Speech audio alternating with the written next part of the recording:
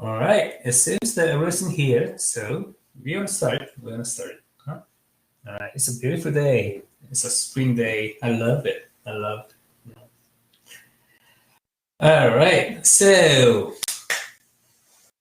in a beautiful spring day, can we talk about some academic things? Are you ready? Your audio, video, whatever, you are ready to start? Please say yes if you're ready.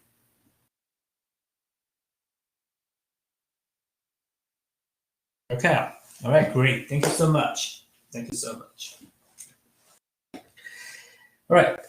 I don't remember exactly what time we talked about this, but we talked about price discrimination before. Price discrimination before. Okay. So we talked about the case. Okay. The case and the example. Okay. Pfizer. All right. And BioNTech. They developed a vaccine. All right. The vaccine. And they distribute this vaccine all over the world. All over the world. Okay. But each country has its own specific economic situations, right? Some countries are rich, some countries are not. Okay. Then, what are you gonna do if you do the operations of Pfizer? Okay, Pfizer. All right. Then, what are you gonna do? We talked about price discrimination. Do you remember that? So, price discrimination. This concept is very important in your simulation too. That's why I promised that if we have a chance, I'm going to talk about this a little bit. Okay. So today we're going to talk about this price discrimination first, then we can continue the chapter 12. Okay. So price discrimination is very important technique.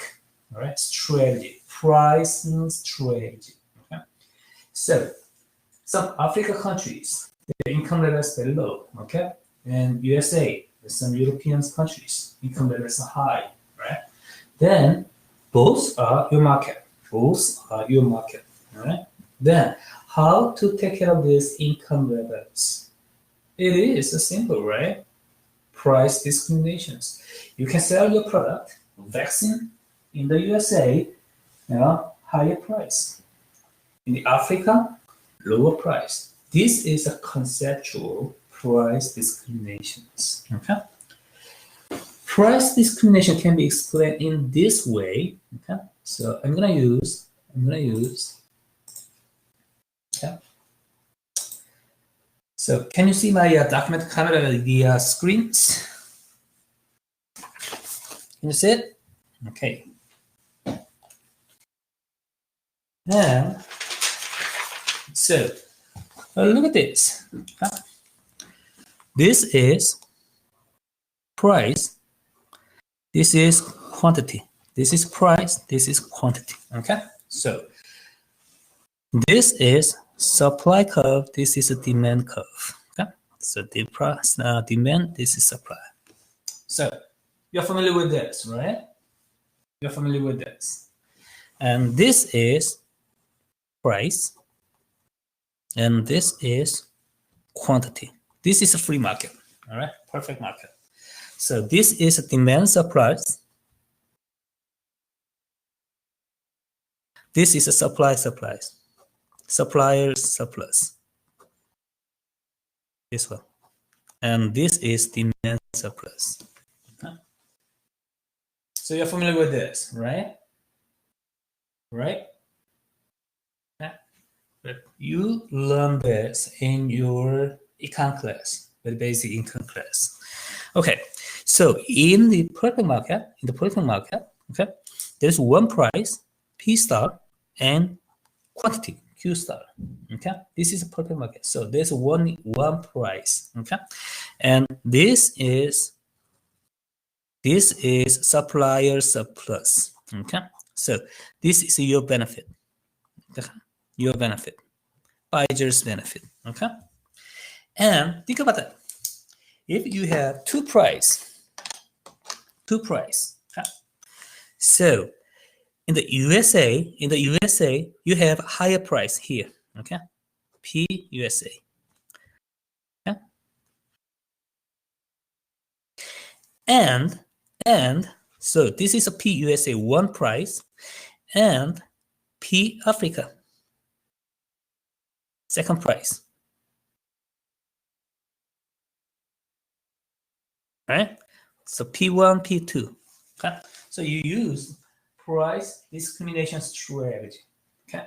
Then look at your surplus.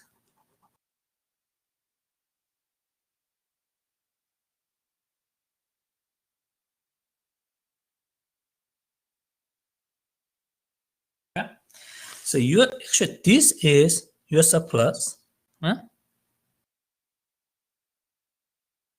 And then your surplus increase like this.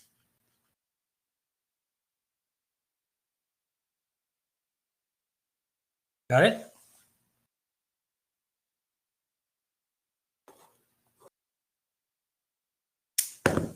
Okay. Okay. So your surplus increased. Your surplus increased. Okay. So your benefit is increased by price discrimination strategy. So it can be explained with this simple graph. Okay. Simple economics, graph. So that's why I just wanna remind this. I just wanna remind this. Okay.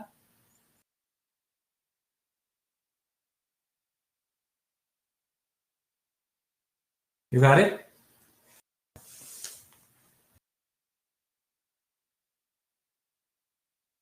If you are interested in price discrimination strategy in detail, please use Google.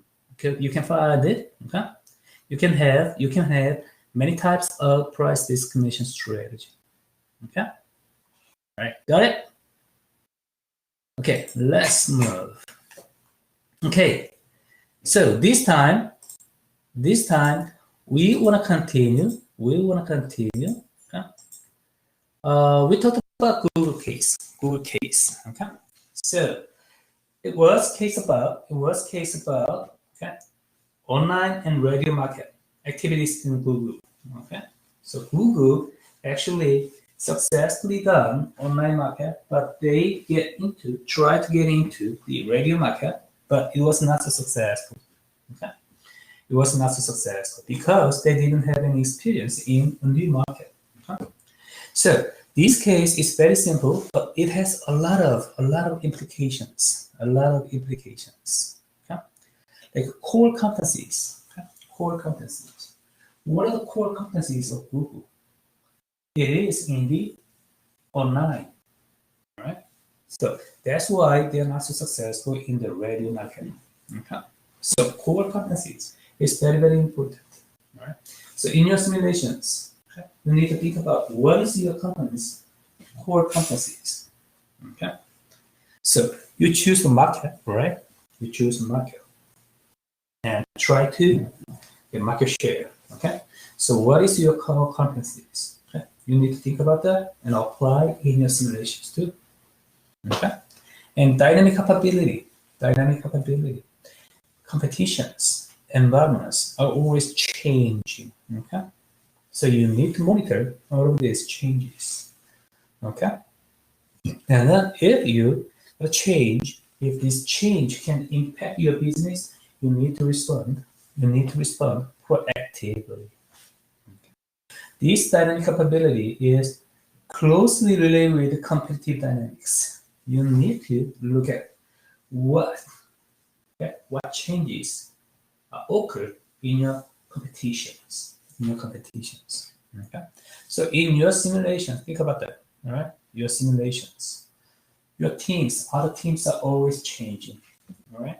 They change their strategy. Okay. In the conceptual map, okay. In the practical sense, in the conceptual map, okay. They are moving. Okay. They are moving.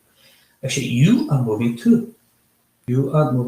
So you need to have good concept, good picture of this movement. Then you need to continuously develop what?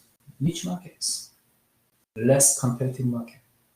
This is competitive dynamics. This is how to apply in your simulations. Okay. And we talked about real option approach too, right? If Google wanna get into a new market, okay, they don't need to rush. Okay, they don't need to rush. Okay? If they don't have enough experience, what they will do? They just do a small amount of money, small amount of investment, and for the first time, right? Then try that market, and then if this small investment says, okay, this investment opportunity is promising, then what are they gonna do? They move to the next stage, the official, bigger investment. That's it, right? Right. So this is how the real option approaches. So Google case is very simple case, but it has a lot of implications. Okay, these topics. Okay, the topics we have talked about. Okay. All right. Anything you wanna add up? Any question or comment about the Google case?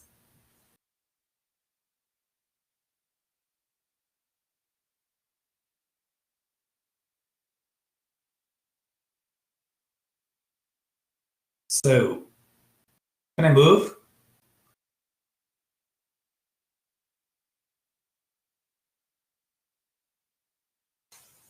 Okay, great. All right. Okay, so just to summarize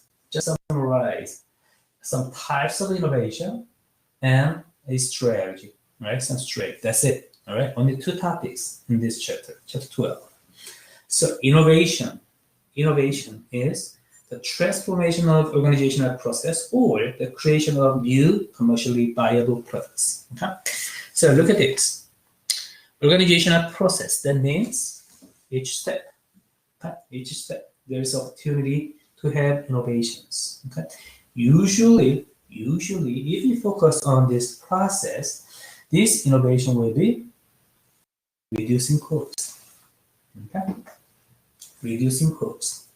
So if you focus on the process, it is reducing costs. Okay?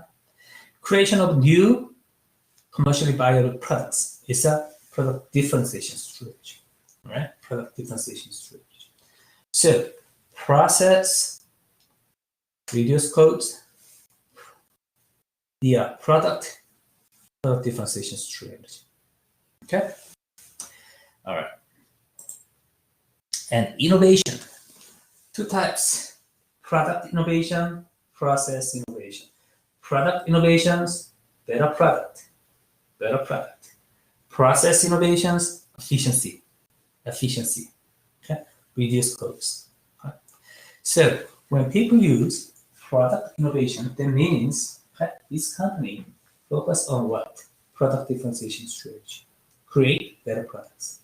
Okay, and process innovation, reduce costs. Cost leadership strategy. Okay, right. So you can understand in this way: product innovation and process innovation. Process means any steps in the business. Okay, and radical innovation and incremental innovation. So radical innovations are major departure from existing practice. Incremental can enhance existing practice. Okay, so radical means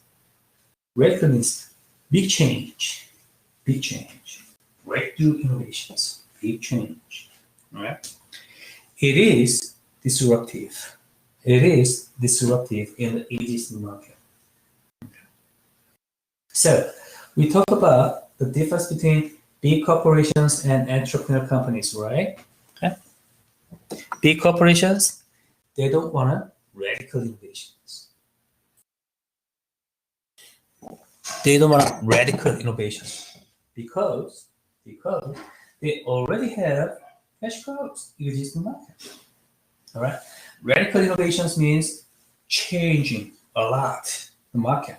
They don't want it. Okay. And incremental innovations for big corporation is okay. It's okay. All right. Yeah. All right. So they accept incremental innovations, but they don't want radical innovations. Okay. But small companies, entrepreneur companies, okay, probably they want radical innovations, okay, because they want to change the rule of the game in the market, okay, because they don't have enough resource. Okay? So incremental innovations, sometimes it is, but sometimes it's not enough to compete against big corporations. Right? So small companies actually try to have a radical innovations better. Okay. All right, sustaining innovations extensions in the existing market and disruptive innovations over to markets with a new approach to meeting customer needs. So disruptive innovation is very similar with radical innovation, and sustaining innovations is very similar with incremental innovations. All right, so innovations. What are you going to do? Okay. What we should do, okay, to pursue innovations. So there are some challenges, okay? And seed versus weeds. Which product should we pursue? Okay. Which innovations are seeds? Which innovations are weeds? Okay? It's not easy. It's not easy to have a perfect judge on this. Okay. Right? Because innovations, think about that. It takes a lot of investment, right? High level of investment. So it is very important. Seeds versus weeds, you need to distinguish this. Okay. Okay. So in the reality, out of 100 new ideas in your organizations, in your future organizations, okay, out of 100 new ideas, probably one or two new ideas are accepted, internalized, and all the other ideas should be rejected, okay, in some steps. Okay, so that's the reality. Okay, so you need to okay, so you need to think about this. Okay? And experience versus initiative. Who should lead an innovation project? Okay? Experience, initiative. It depends on the situations. So it is not generalized in this classroom, but it depends on the situations. And internal versus external. So make or buy, right? Make or buy things again. So internal step, pursue the innovations, develop a project. External stepping, you can buy. Okay? So internally, people have internal inertia. So they don't like big change in their organization. They don't like external technology actually. So you need to consider this too when pursue innovations. Okay. Building capabilities versus collaborating. So this is closely related with each other. Okay. Internal, okay, make, external buy, and collaborate. Okay. Okay. There are some factors you should consider when pursue innovations. Okay. All right. Then improving the process, cultivating innovation skills, discovery skills, and creative intelligence. Okay. These are very simple concepts. Okay. Discovery skills allow leaders to see the potential in innovations.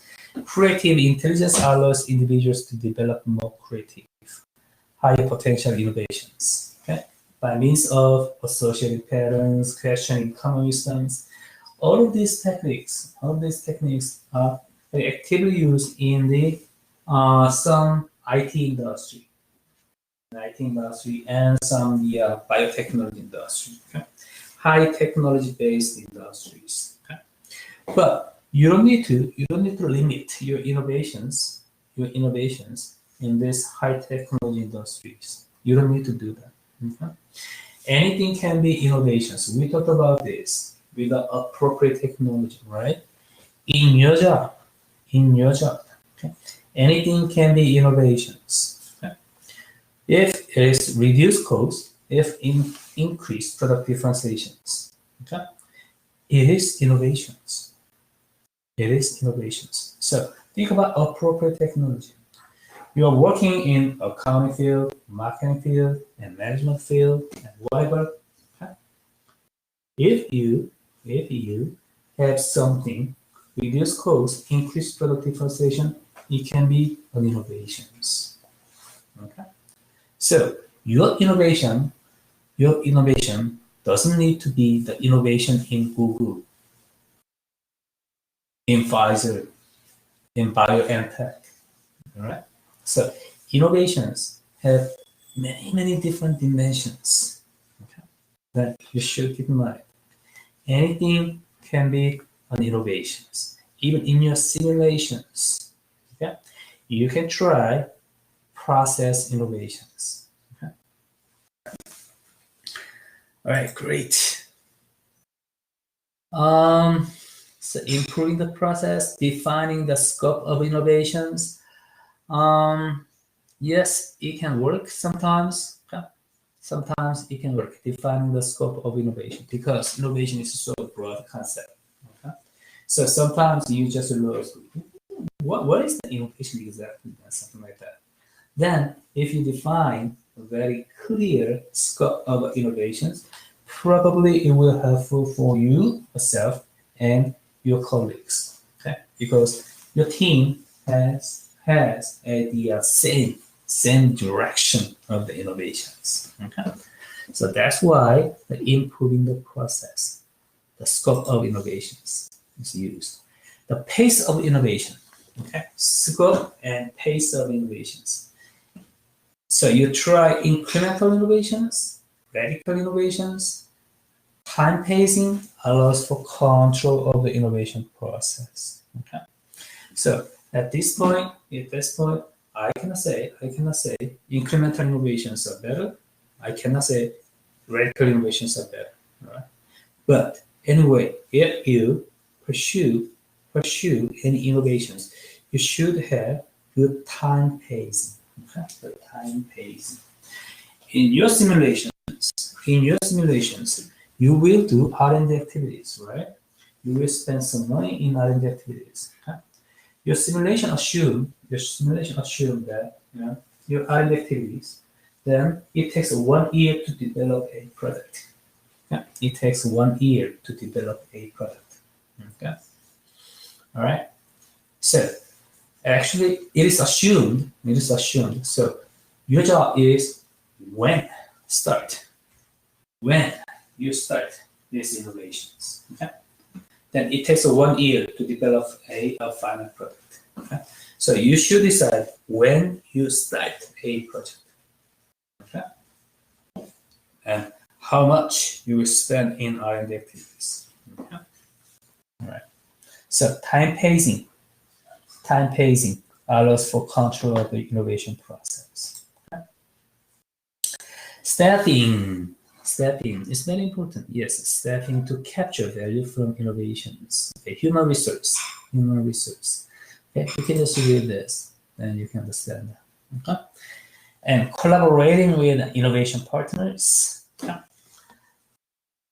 Partner selection and management. All right, selection and management. Both are not easy.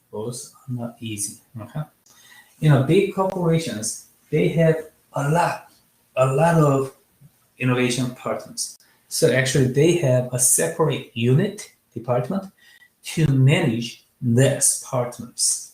Okay. All right.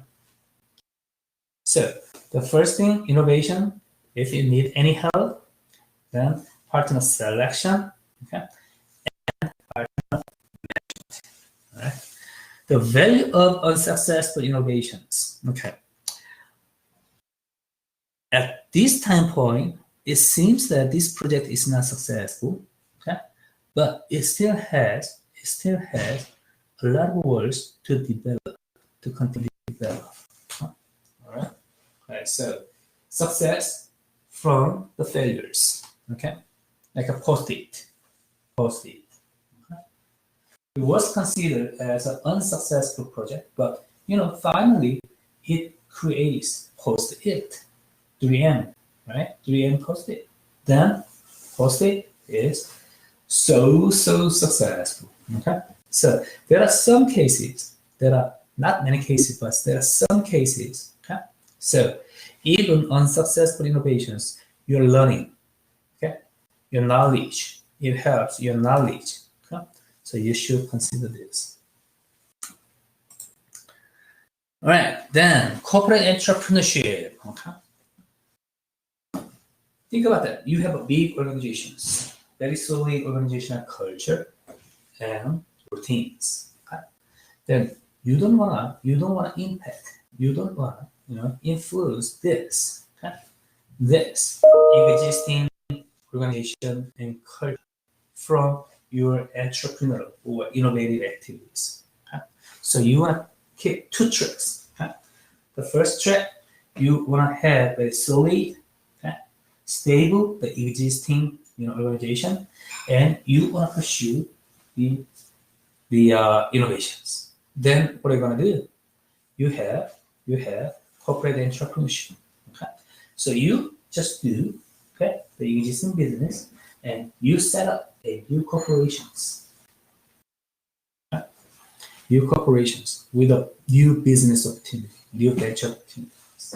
Okay, so you manage these small companies.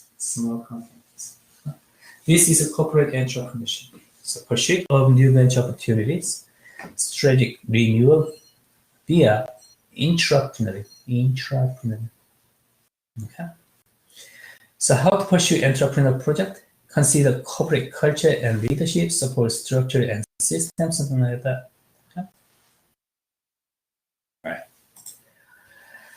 All right, then focused approaches to corporate entrepreneurship. All right.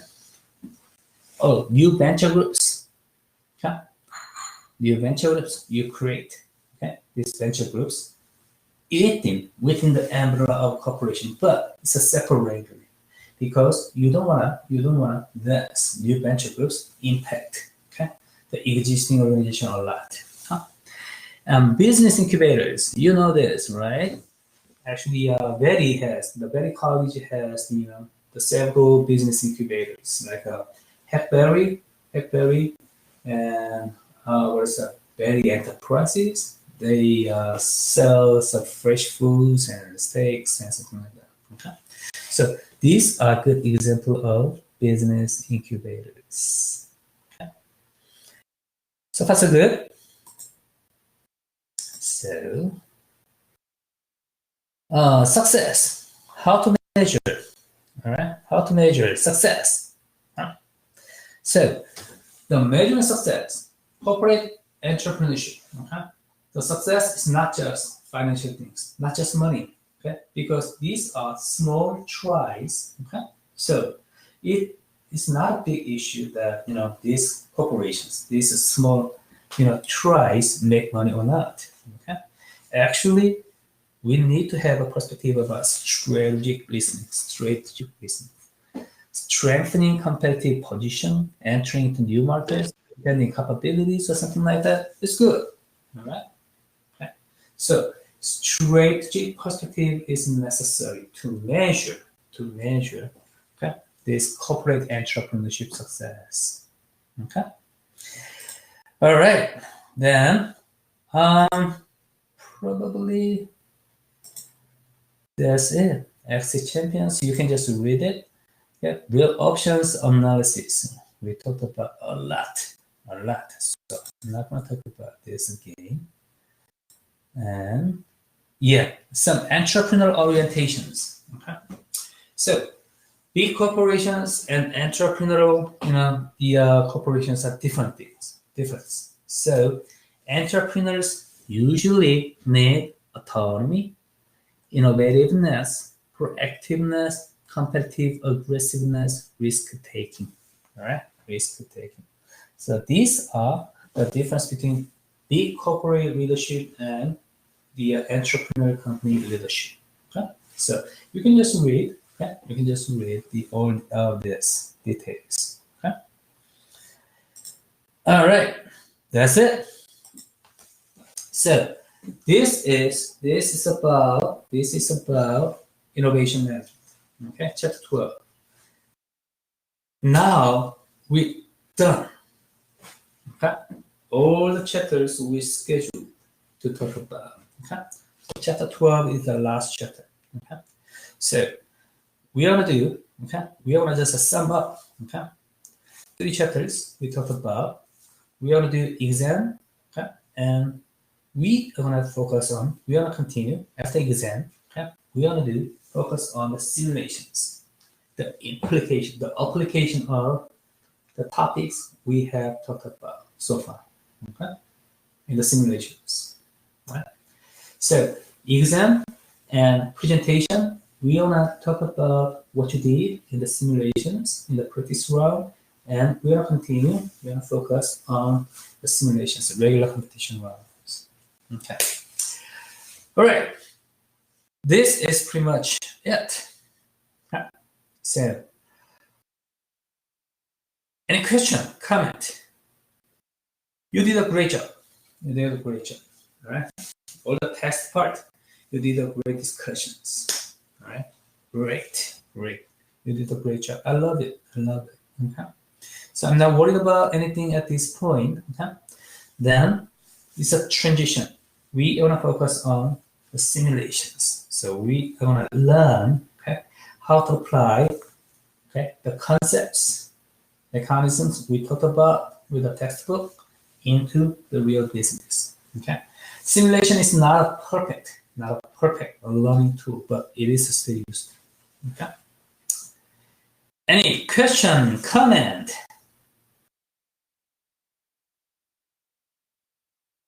So, are you ready to take the exam on Friday? The last exam. It will be the last exam, last test. If you are ready, please say yes.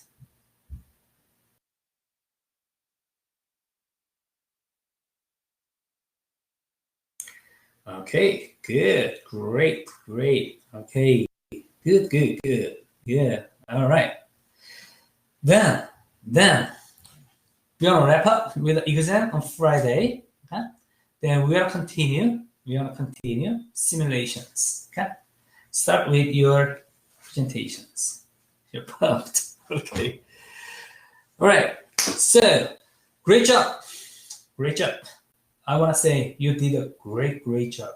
Okay, with all the chapters. I love it. Okay. Now, if you don't have any question, comment at this point, I'm gonna see you on Friday. Okay. All right. Great. Good. All right. Yes. Have a good day.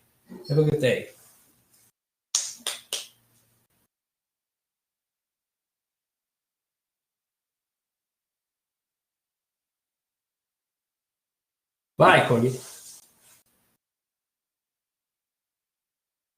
Erica, thank you.